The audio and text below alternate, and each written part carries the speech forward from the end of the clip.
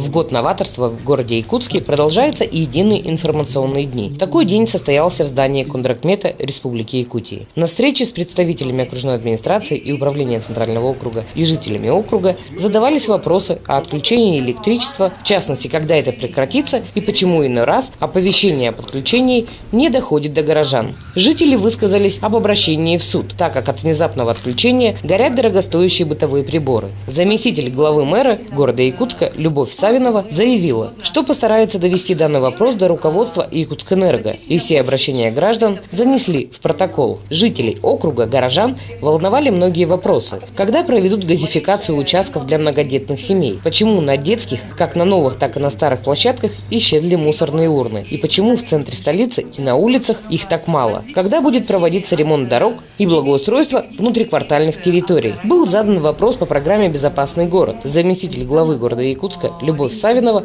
подробно рассказала о программе и отметила, что необходимо участие горожан путем установки камер во дворах и подъездах домов столицы. Муниципальная полиция разрабатывает программу для подключения частных видеокамер для совместного контроля. Отметим, что впервые муниципальная практика проведения единых информационных дней началась в год народной инициативы. С тех пор единый информационный день ежемесячно проводится с участием представителей окружной администрации города Якутска, структурных подразделений, депутатов Якутской городской думы, членов Общественной палаты города Якутска.